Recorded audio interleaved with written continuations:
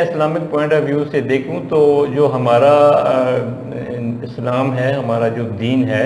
وہ ایک چونکہ مکمل ضابطۂ حیات ہے، اور اس پہ عمل پیرا ہوئے بغیر ہم نہ تو اپنے حقوق کا تحفظ کر سکتے ہیں، نہ ہم اپنے دوسروں کے حقوق کو دے سکتے ہیں۔ اور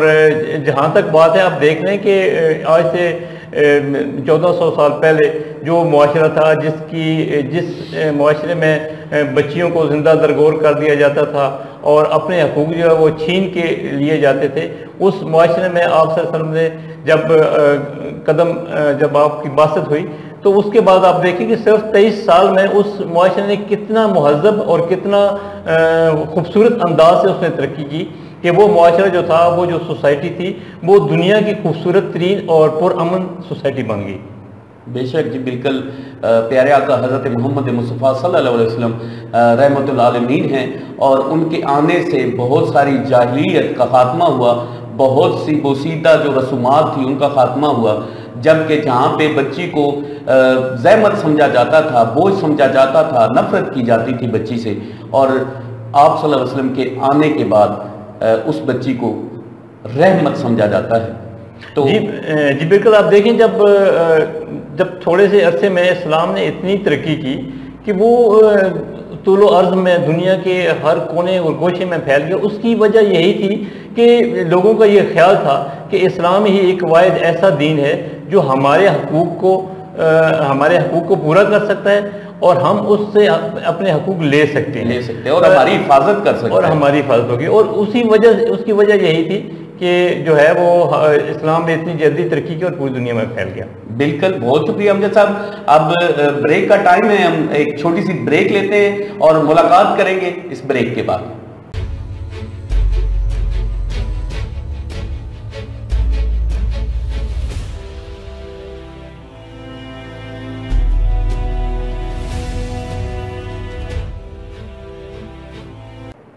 جی ناظرین، ویلکم بیک۔ ہم بات کر رہے تھے حقوق العباد کے حوالے سے۔ امجد صاحب، حقوق العباد کے حوالے سے ہم کہاں پہ کھڑے ہیں؟ دیکھیے، اگر ہم دیکھیں ایز اے ہول تو میں سمجھتا ہوں کہ اس میں کافی جو ہے وہ بہتری اور بہتر چیزیں آئی ہیں۔ دیکھیں، جب انسان نے پہلی جنگ کی، جنگ عظیم 1 ہوئی، پھر جنگ عظیم 2 ہوئی، تو اس کے بعد انسان نے سوچا کہ ہم کس انداز سے جو ہے ہم انسانوں کے حقوق کی نہ صرف وائلیشن کر رہے ہیں بلکہ اس اپنی پوری دنیا کو تباہ کر رہے ہیں۔ اس پہ پھر سوچا گیا، پھر انسان بیٹھا، انسان نے ایک چارٹر بنایا، اس پہ اس نے سائن کیے، اور دنیا کے بیشتر ممالک جو تھے انہوں نے اس پہ سائن کیے، اور انہوں نے اس معاہدہ کو آگے بڑھایا کہ ہم اس کے بعد کوشش کریں گے کہ تاکہ کسی عالمی جنگ نہ ہو، کیونکہ جنگیں جو ہیں وہ نہ تو مسائل کا حل تھیں اور نہ ہی حقوق کا حل تھیں۔ تو اس پہ پھر ہم سمجھتے ہیں کہ تمام جو دنیا ہے اب اس پہ بات پہ متفق ہے کہ انسانوں کے حقوق کو جس انداز سے بھی ہو، جس قدر ہو، اس کو جو ہے وہ پورا کیا جائے۔ بالکل ٹھیک ہے جی، جیسے کہ آپ نے بتایا کہ معاہدے سے پہلے جو تھا، جو دنیا میں بہت سارے ملکوں کے درمیان ایک معاہدہ ہوا، اس سے پہلے لوگوں کا قتل عام تھا، اس میں بزرگوں، بچوں، عورتوں اور کو قتل کیا جاتا تھا۔ تو کیا اس معاہدے کے بعد کیا سمجھتے ہیں کہ ان تمام ملکوں نے جنہوں نے اس معاہدے کے اوپر سائن کیے تھے، انہوں نے اس کو عمل درآمد اس پہ کیا؟ کیا انہوں نے اپنے ملک میں لوگوں کے حقوق پورے کیے؟ دیکھیے، بات ہے طاقت کی۔ جو طاقتور ہوگا وہ اپنا حق جو ہے وہ چھینے گا، اور جو کمزور ہوگا اس کا حق جو ہے وہ سلب کیا جائے گا۔ اگر اس حوالے سے دیکھیں تو آج بھی میں دیکھتا ہوں کہ عراق کو آپ دیکھ لیں، افغانستان کو دیکھ لیں، بوسنیا کو دیکھ لیں، شام کو دیکھ لیں، اور ایسے کتنے ممالک ہیں جہاں پہ جو طاقتور قومیں ہیں وہ جو کمزور قومیں ہیں ان کے حق کو سلب کر رہی ہیں، اور ان کے حق کو سلب کرنے میں پھر انسانیت کے جو حق ہیں وہ سلب ہو رہے ہیں۔ ہم سمجھتے ہیں کہ جب تک ہمیں مکمل طور پر ایک انسان کا اس کا حق نہ دلایا جائے گا، اس کو آزادی نہیں دی جائے گی، اس وقت میں سمجھتا ہوں کہ دنیا نہ تو امن کا گہوارہ بن سکتی ہے اور نہ ہی اس کے حقوق جو ہیں وہ اس کی پامالی روک سکتی ہے۔ بالکل۔ اور امجد صاحب، جیسا کہ ہمارا ملک ایک مسلم ریاست ہے، کیا آپ یہ سمجھتے ہیں کہ اس معاہدے میں میرے خیال میں، میرے نالج کے مطابق یہ بھی تھا کہ انسانوں کے جو بیسک جو حقوق ہیں وہ اس ریاست نے پورے کرنے تھے؟ جیسے ایجوکیشن کا حق تھا، صحت کا حق ہے اور اس طرح کے جو حقوق ہیں وہ ریاست کی ذمہ داری تھی. تو آپ کیا سمجھتے ہیں کہ ہمارا ملک یا ہماری ریاست جو ہے وہ بندوں کے وہ حقوق جو ہے وہ پورے کر رہی ہے کہ نہیں کر رہی؟ اگر میں تاریخی پس منظر میں دیکھیں تو تھوڑا سا آپ کو ذرا واپس لے کے چلتا ہوں کہ جب سے ہم نے 1947 میں پاکستان نے آزادی حاصل کی تھی تو ہمارے ساتھ مس ہیپ ہو گیا مشرقی پاکستان کا.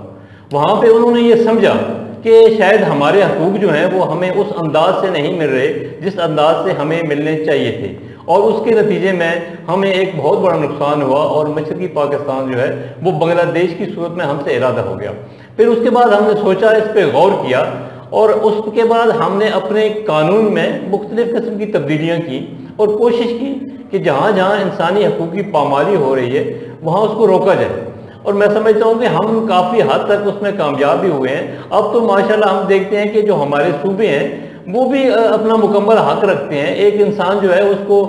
بولنے کی آزادی ہے, اس کو چلنے کی آزادی ہے, اس کو مختلف قسم کی جو اس کی آزادیاں ہیں اس پہ بات ہو رہی ہے, آزادی ہے, مذہبی آزادی پہ اپنی جائیداد رکھنے کا حق ہے, نقل و حمل کا حق ہے, اور اس طرح کے جو ابتدائی جو بیسک رائٹس ہیں یہ انسان کے ہیں. جی بالکل. آپ دیکھیں نا, آج جب ہم خواتین کی بات کرتے ہیں تو خواتین کے حقوق پہ ایک دور تھا جب بات نہیں ہو رہی تھی, اب ہو رہی ہے. بچوں کے حقوق کی بات کریں تو وہاں پہ بات ہو رہی ہے. تاجر اپنے حقوق کے لیے کھڑا ہے, صحافی اپنے حقوق کے لیے کھڑا ہے. اسی طرح مختلف تنظیمیں جو ہیں وہ اپنے اپنے حقوق کے لیے مختلف جگہوں پر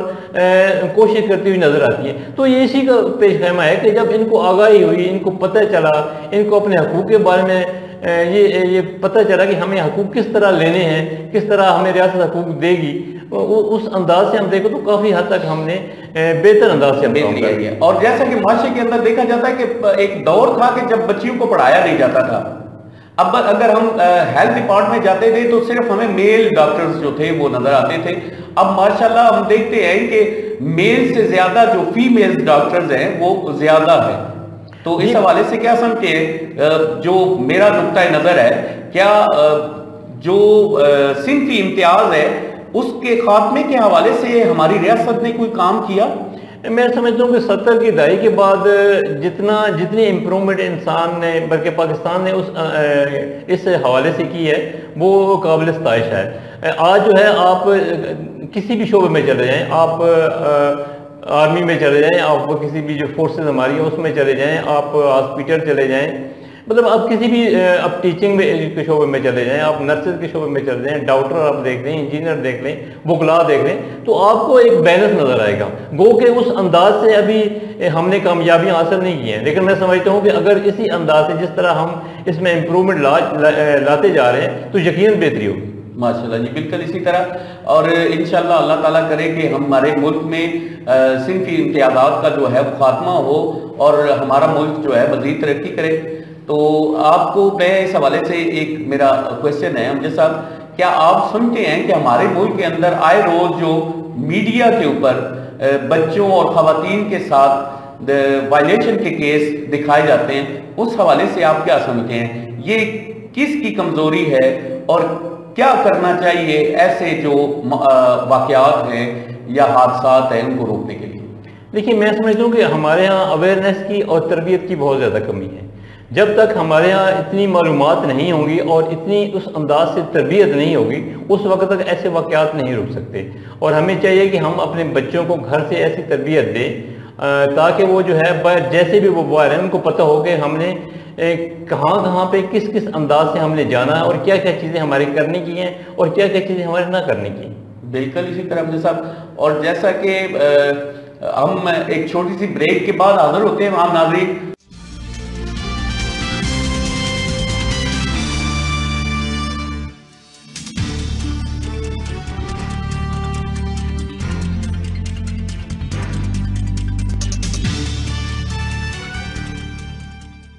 جی ویلکم بیک ناظرین. اور بات ہو رہی تھی حقوق العباد کے حوالے سے. امجد صاحب نے بڑی اچھی بات کی کہ تربیت کا بڑا منتقل ہوتا ہے, جیسا کہ ہمارا دین فرماتا ہے کہ ابتدائی درسگاہ انسان کی جو ہے وہ ماں کی گود ہے. اگر ایسے والدین ہم اپنے بچوں کی تربیت اس طرح کریں کہ وہ گھر سے باہر نکلیں تو کسی انسان کے حقوق جو ہے وائلیٹ نہ کرے, لوگوں کے حقوق کا خیال رکھے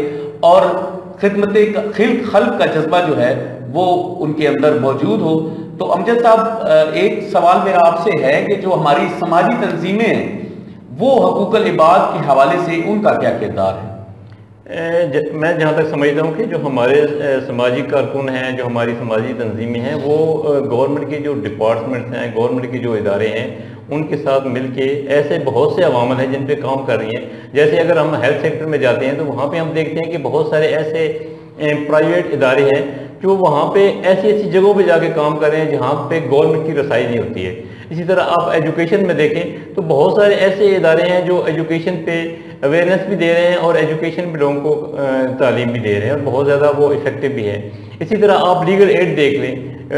ہم دیکھتے ہیں کہ بہت سارے ایسے لوگ ہوتے ہیں جن کے پاس فیسز نہیں ہوتی ہیں یا وہ ان کے پاس اپروچ نہیں ہوتی ہے، ان کے پاس اویئر نہیں ہوتی ہے، تو ایسے سماجی تنظیمیں اور سماجی لوگ جو ہوتے ہیں وہ ان کو اپروچ کرتے ہیں اور ان کو ان کے حقوق دلانے میں جو ہے وہ کافی ہیلپ کرتے ہیں۔ اور اس کے علاوہ بھی ہم مطلب دیکھتے ہیں کہ ہیومن رائٹس پہ کام کرنے والے جو لوگ ہیں ان میں خاطر خواہ اضافہ ہوا ہے، اور اس کی وجہ یہ تھی کہ جہاں بھی لوگوں کو اویئرنیس ہوئی، جہاں بھی لوگوں کو یہ پتہ چلا کہ انہوں نے ان کے حق ہیں اور پھر انہوں نے حق لینے کی کوشش کی، پھر ان کے ساتھ لوگ ملے، انہوں نے اپنے ہم خیال لوگوں کو اکٹھا کیا اور اس طرح یہ ایک جو سلسلہ تھا یہ آگے بڑھتا گیا۔ اور ماشاءاللہ ہم دیکھتے ہیں کہ اس جو یہ سماجی تنظیمیں تھیں انہوں نے کافی حد تک جو ہے لوگوں میں اویئرنیس پیدا کی ہے، اور آج ہر بندہ جو کہیں دور دراز دیہات میں رہتا ہے یا کسی شہر میں رہتا ہے یا کسی ایسی جگہ پہ رہتا ہے جہاں پہ اس کو اویئرنیس نہیں ہے، تو وہ وہاں پہ جا کے نہ صرف اس کو اویئرنیس دیتے ہیں بلکہ وہ اس کی مدد بھی کر رہے ہیں۔ اس کے علاوہ میں میڈیا کے رول کو آپ کے سامنے بتانا چاہوں گا کہ دیکھیں کس خوبصورت انداز سے اور کس اچھے طریقے سے میڈیا جو ہے وہ اس اویئرنیس میں اور اس ہیومن رائٹس کے حوالے سے یا دیگر جو ہمارے معاشرتی بگاڑ ہیں ان کے حوالے سے وہ آج جو ہے میڈیا کا کردار جو ہے بہت عام ہے۔ بالکل صحیح بات ہے۔ اور امجد صاحب، آپ کا کہنا ہے کہ جو سماجی ادارے ہیں، کیا چکوال کے اندر بھی ایسے سماجی ادارے موجود ہیں جو اگر کسی انسان کے حقوق کی پامالی کی جاتی ہے تو ان کو لیگل ایڈ چاہیے ہو، تو کیا کوئی ایسے ادارے ہیں جو ان کو لیگل ایڈ پرووائڈ کریں؟ جی، میں سمجھتا ہوں کہ ہم نے کافی ایسے کیسز جو ہیں وہ لوگوں کو اپروچ بھی کیا ہے اور بہت سارے لوگوں کو ایسی لیگل ایڈ فراہم بھی کی گئی ہے، ہیلتھ میں ان کو ایڈ دی گئی ہے۔ اس طرح بچوں کے حقوق کے حوالے سے ہم دیکھیں تو وہ جو ہیں ایسے سیمینار ہوئے ہیں، ایسے جو ہیں وہ بروشر آپ کو نظر آئیں گے، ایسے لوگ جو ہیں وہ آپ کو جلسے اور جلوس کرتے ہوئے نظر آئیں گے جو بچوں کے حقوق کے بارے میں بات کر رہے ہوتے ہیں۔ آج میڈیا پہ ایک خبر اگر کراچی میں کوئی وائلیشن ہوتی ہے تو یہاں کا جو میڈیا ہے وہ بھی اتنا ایکٹیو ہے کہ وہ اس خبر کو شائع کرتا ہے، اور جو لوگ ہوتے ہیں وہ یقیناً جو ہے وہ اس کے بارے میں آواز اٹھاتے ہیں۔ اور امجد صاحب، چکوال کے اندر کتنے ایسے سماجی ادارے ہیں جو حقوق العباد کے حوالے سے یا اپنی رفاہی سرگرمیاں جو ہیں وہ سر انجام دے رہے ہیں؟ دیکھیں، کوئی بھی ادارہ جو ہے نا اس کا جو مین مقصد ہے وہ حقوق العباد ہی ہے۔ میں سمجھتا ہوں کہ چکوال میں 150-200 کے قریب ایسے چھوٹے اور بڑے ادارے ہیں جو اپنی جو خدمات ہیں وہ ایسے طریقے سے ادا کر رہے ہیں، اور ان کا جو رول ہے وہ قابل تحسین ہے۔ جی بالکل امجد صاحب، میں نے بھی کافی سارے اداروں کو وزٹ کیا اور میں نے دیکھا کہ وہ ادارے ہر فیلڈ کے اندر لوگوں کی فلاح و بہبود کے لیے اپنی خدمات سر انجام دے رہے ہیں۔ تو آپ کیا سمجھتے ہیں یہ جو آئے روز بچوں اور عورتوں کے رائٹ کی وائلیشن کے حوالے سے میڈیا کے اوپر دکھائے جاتے ہیں کیسز، اس کی روک تھام کے لیے مزید جو ہے کیا ایسا لائے عمل جو ہے اختیار کرے تاکہ ایسی وائلیشن کو روکا جا سکے، صنفی امتیازات جیسے مسائل کو روکا جا سکے؟ میں سمجھتا ہوں کہ گورنمنٹ نے کافی جو ہے وہ قوانین ایسے بنائے ہیں جن سے اس کی روک تھام میں بہت زیادہ جو ہے وہ کمی آئی ہے، لیکن اس کے باوجود بھی میں سمجھتا ہوں کہ جو اویئرنیس ہے، جو تربیت ہے، جو معاشرتی بگاڑ ہے، اس کو سدھارنے کے لیے صرف سماجی تنظیمیں نہیں بلکہ جو سٹیک ہولڈر ہیں، جو والدین ہیں، جو اساتذہ ہیں، جو ٹیچرز ہیں اور جو دیگر سٹیک ہولڈر ہیں، ان کو آگے آنا ہوگا اور انہیں اس انداز سے اپنے بچوں کو تربیت دینی ہوگی تاکہ اس معاشرے میں یہ جو عدم استحکام اور عدم رواداری اور یہ جو چیزیں جو بہت زیادہ ہو رہی ہیں ان کو کم سے کم کیا جائے، روکا جا سکے۔ بالکل صحیح ہے امجد صاحب، اور آپ کیا سمجھتے ہیں کہ آگاہی کے ذریعے ہم اپنے بچوں کو اور اپنے جو لوگ ہیں سول سوسائٹی کے ان کو آگاہی کے ذریعے یہ ساری انفارمیشن دے سکتے ہیں تاکہ اپنے وہ جو کردار ہیں اپنے جو رویے ہیں ان میں تبدیلی لا سکیں؟ دیکھیے انفارمیشن جو ہے نا یہ تو اس دور میں بہت ضروری ہے. جب تک آپ انفارمیشن آپ کو نہیں ہوگی, آپ کو اپنے حقوق کے بارے میں پتہ نہیں ہوگا, تو اس وقت تک تو میں سمجھتا ہوں کہ یہ اس میں تبدیلی نہیں آ سکتی ہے. اور اب جو سوشل میڈیا کا دور ہے تو میں سمجھتا ہوں کہ ان چیزوں کو زیادہ سے زیادہ پروموٹ کیا جائے تاکہ یہ جو وائلیشن کے کیسز ہیں, جو یہ عدم تحفظ ہے لوگوں میں, اور یہ جو چیزیں ہیں یہ جلد سے جلد ختم ہو سکیں. اور امجد صاحب آپ کیا سمجھتے ہیں کہ جو فلاحی ادارے ہمارے سماجی ادارے ہیں ان کا آپس میں بھی کوئی کوارڈینیشن ہے کہ نہیں؟ یقیناً میں سمجھتا ہوں کہ اگر نہیں ہے تو ہونا چاہیے, لیکن کافی ایسی تنظیمیں ہیں جو مل بیٹھ کے ایک پروگرام کو مل کے کر رہے ہوتے ہیں. جیسے ہمارے پاس اگر ہم دیکھیں تو تحصیل ویلفیئر کونسل ہے, تو اس میں جو 20 سے 25 جو تنظیمیں ہیں وہ اپنے جو پروگرام ہوتے ہیں وہ بیٹھ کے تو اس پہ سوشل ویلفیئر کے ساتھ مل کے جو ہے وہ بڑے احسن طریقے سے وہ اس میں اس کو چلا رہی ہیں. اور میں سمجھتا ہوں کہ اگر اس کو اور بھی زیادہ پھیلایا جائے اور ایک ڈسٹرکٹ ویلفیئر کونسل جو ہے اس کی تشکیل دے کے پورے ڈسٹرکٹ میں اس انداز سے کام کیا جائے تاکہ یہ جو پیغام ہے, یہ جو اویئرنیس ہے, یہ چکوال کی ہر دیہات تک پہنچے. بالکل امجد صاحب, اور میرے نالج میں ہے کہ ڈسٹرکٹ لیول پہ جو سماجی تنظیمیں ہیں ان کا ایک نیٹ ورک بنے جا رہا ہے میرے خیال میں, جس کا نام ہے ڈسٹرکٹ ویلفیئر کونسل. اگر یہ ڈسٹرکٹ نیٹ ورک بن جاتا ہے تو میرے خیال میں جو فلاحی کام ہیں ان میں مزید آسانیاں پیدا ہو سکتی ہیں. کیا سمجھے؟ میں سمجھتا ہوں کہ یہ ان کی ایک اسٹرینتھ ہے, اور انہیں اس اسٹرینتھ سے فائدہ اٹھانے کے لیے جتنا جلد ہو سکے اس نیٹ ورک کا قیام عمل میں لا کے اس معاشرے کی بہتری کے لیے اپنا جو ہے وہ کردار ادا کرنا چاہیے. بہت شکریہ امجد صاحب, آپ نے اپنے قیمتی ٹائم نکالا اور ہمارے پروگرام میں تشریف لائے. بہت شکریہ. ناظرین, اسی کے ساتھ آپ کے میزبان علی احمد کو اجازت دیجیے. اللہ حافظ.